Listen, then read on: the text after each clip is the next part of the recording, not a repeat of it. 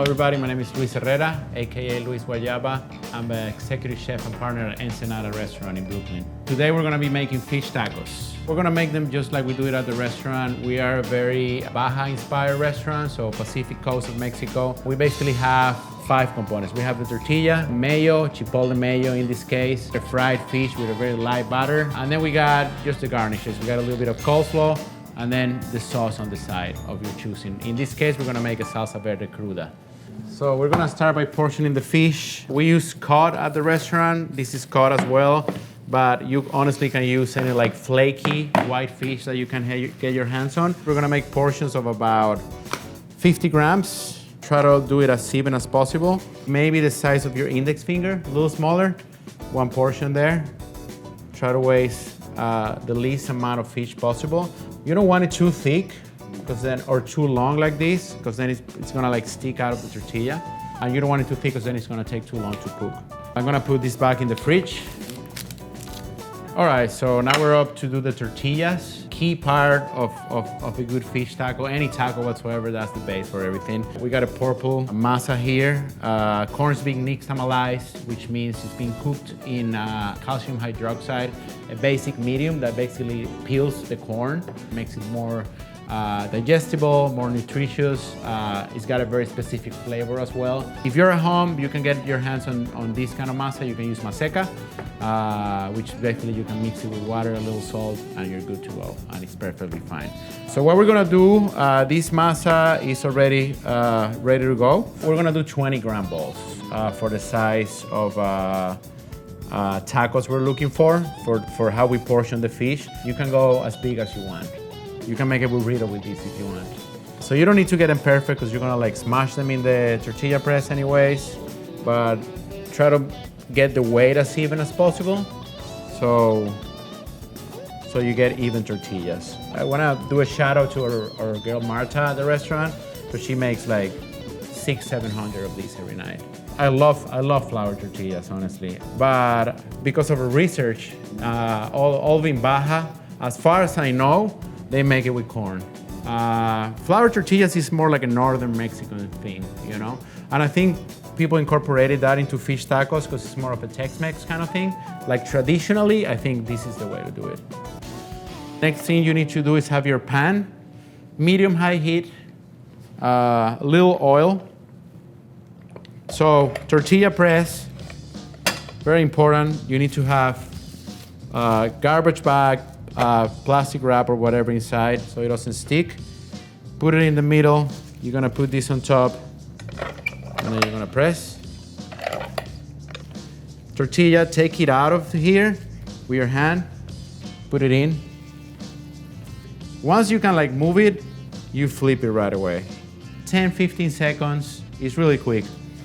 And then you're gonna flip it one more time. You don't wanna overcook it. They're gonna keep steaming once you take them out of the pan.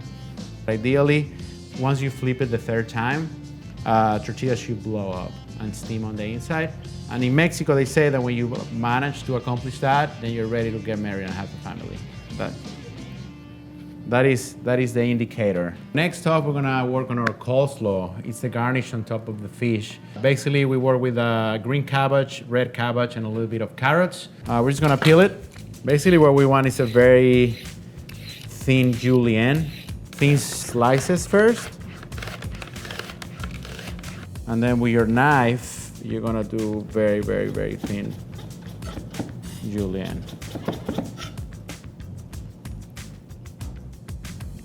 And then we're moving on to the cabbage, so we're gonna break it, cut in half first, quarter, and then what I do, so they're basically the same length as what we did with the carrot. I cut it in half again. We're gonna do the same with the green one, and then we're gonna just like slice it in the mandolin. Quarter. Take stem off, and then this is bigger, so I'm gonna do a little smaller. That should be good. Once we got it mixed, we're simply gonna dress it with a little bit of salt and a little bit of apple cider vinegar, or any other vinegar that you have at home for that matter. But you need some acid in there. Then we're gonna set this apart and we're gonna move on to the next task.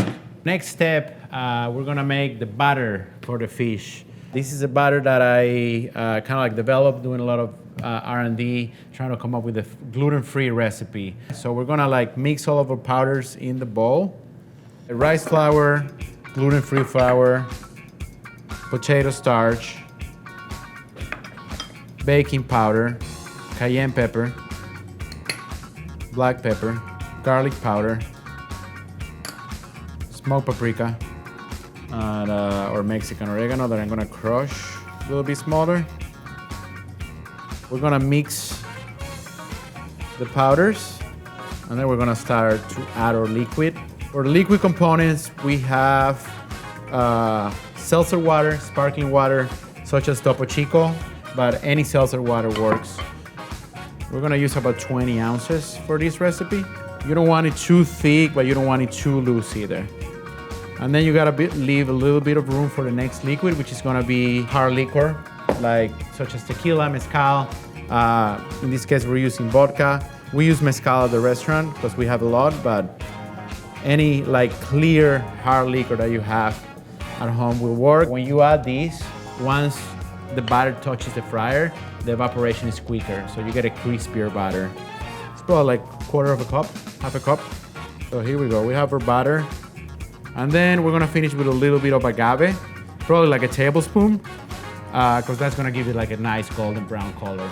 So we have our batter. So we're about to do the final step before assembling, which is the frying. We need a little bit of extra rice flour. We're gonna dredge our fish there before putting it in the batter. We got salt to salt the batter first, and we have our oil. Any vegetable oil, I use canola usually, preheated to 350. So what we're gonna do is drench the fish, go into the batter,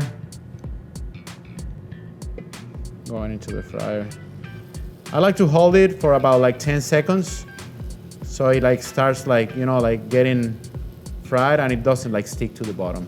All these beets that you see, they're so good. They're so crispy that if you have extra beets after you fry your fish, you can put it on top of the taco and you're gonna get an extra layer of crispiness. Going back to tradition, if we're looking at like Baja style and all the like the, you know, little food trucks and carretas that you see in Ensenada and all around Baja, they all do fried. They just fry fish. And they all have their very particular like batter recipe. You ask and they're never gonna tell you. Our first one is almost there. But this is kind of like what you're looking for. I just feel like when you're frying it and you have a good tasty batter, there's like, you don't need to do anything else. If you're grilling, you need to have like a good rub, a good marinade for whatever you're doing, you know? Don't forget the beets. Oh, this is gonna be so good in the taco. But I do encourage you at home to experiment with different ingredients with this batter. We're at the final stage now. We're about to assemble our tacos. We have all the components ready to go. This is something that I also like to do right before. Like lime oxidizes very quick. So I don't want to see none of that, you know, like day old lime, because it's just gonna be bitter. Let's do 2. Look at how cute they are. We're gonna go with a little chipotle mayo as the base. I like to put it at the bottom, yes. Mainly because it holds the fish really well there in place. Fish. We got our coleslaw. Gonna do a decent amount. Pico de gallo. So the pico de gallo that I make has no tomato. This is just something that I do because we opened the restaurant in February and there were no good tomatoes. So I think this is more of like a sustainable year-long part. So it's just basically red onions, serrano pepper, cilantro, and then you dress it in lime juice, olive oil, salt. We finished with a little bit of cilantro macho. If you have regular cilantro at home, you can just chop it and put it on top. If you don't like cilantro, which is a shame, you can avoid this step and not do it. A couple of lime wedges, and then we have our salsa verde cruda that you can put on the side. This salsa verde, we have onions, garlic, tomatillo, serrano pepper, cilantro. all raw, just blended, little salt. So there you go, guys. You have your fish tacos. Now you know how to make them. Get those crispy bits in there. And now that we got everything assembled, it's time to dig in, time to test what you made. Very important. Squeeze the lime on top. Grab your taco.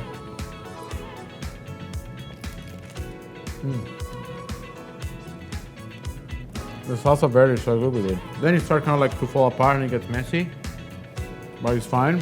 I think this like crispy bit on top is like does the trick, so good. So yeah, perfect bites when you get a little bit of everything. For the recipe of these fish tacos, click the link below, or you can come visit me at Ensenada restaurant in Williamsburg and I'll gladly make them for you. Thank you.